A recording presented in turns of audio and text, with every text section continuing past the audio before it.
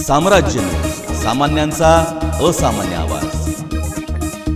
कोरोनासारख्या महामारीमध्ये सर्वसामान्य रुग्णांना देखील खासगी रुग्णालयातून वैद्यकीय सेवा उपलब्ध करून दिली गेली पाहिजे असे आदेश जिल्हा प्रशासनाने काढून देखील काही रुग्णालयाने आमच्याकडे डॉक्टर आणि नर्सेसचा स्टाफ नसल्याची ओरड चालू केली होती। तेव्हा जिल्हा प्रशासनाने आपत्ती व्यवस्थापनेच्या कायद्याअंतर्गत सर्वच डॉक्टर आणि नर्सेसला कोविड नॉन कोविड रुग्णाच्या सेवेकरिता कामावर हजर राहण्याच्या सूचना दिल्या होत्या। तरी देखील प्रशासनाच्या आवाहनाला सकारात्मक प्रतिसाद देत नसल्याची निदर्शनास येताच नर्सिंग कायदा आणि आपत्ती व्यवस्थापनेच्या अंतर्गत कारवाई करण्यास सुरुवात केली। मंगळवारी शहरातील गंगामाई आणि सिटी हॉस्पिटलच्या 11 डॉक्टर आणि नर्सेसवर सदर बाजार पोलीस स्टेशनमध्ये फौजदारी गुन्हे दाखल करण्यात आल्याची माहिती पालिकेच्या कोविड कंट्रोल रूमचे नियंत्रक डॉक्टर धनराज पांडे यांनी दिली।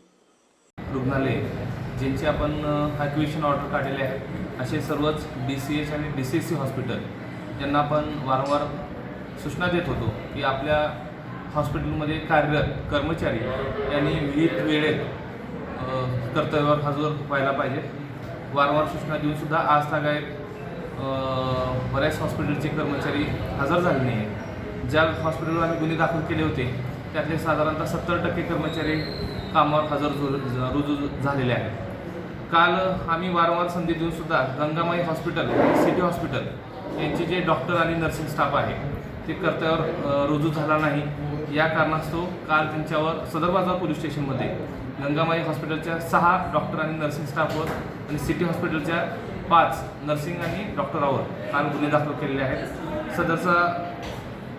सदरचा गुन्हा हा मेस्मा ॲक्ट, नर्सिंग ॲक्ट आणि आपत्ती व्यवस्थापन कायदा 2005 यानुसार सदरचे गुन्हे दाखल करण्यात आलेले आहेत।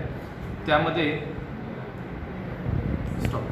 भारतीय दंड संहिता कलम 188, कलम 269, कलम 336 यानुसार आपण त्यांच्यावर गुन्हे दाखल केलेले आहेत। यापुढे आपण सर्वांना आणखी सांगू इच्छितो की इतर सर्व जे काही खाजगी व शासकीय दवाखाने आहेत यातील कोणताही कर्मचारी डॉक्टर कोणत्याही कारणास्तव घरात बसू नये, गैरहजर राहू नये, त्याने कर्तव्यावर यावं। याच्यापुढे आम्ही कारवाई जे काही डॉक्टर्स नर्सिंग स्टाफ हा कर्तव्यावर रुजू झालेला नाही आहे त्यांचे जे रजिस्ट्रेशन सर्टिफिकेट आहे किंवा प्रॅक्टिस सर्टिफिकेट आहे ते मेडिकल काउन्सिल ऑफ इंडिया यांच्याकडे आम्ही त्वरित पाठवून ते रद्द करता येतील यासाठीचा पत्रव्यवहार व याबाबतची कारवाई त्वरित करण्यात येत आहे।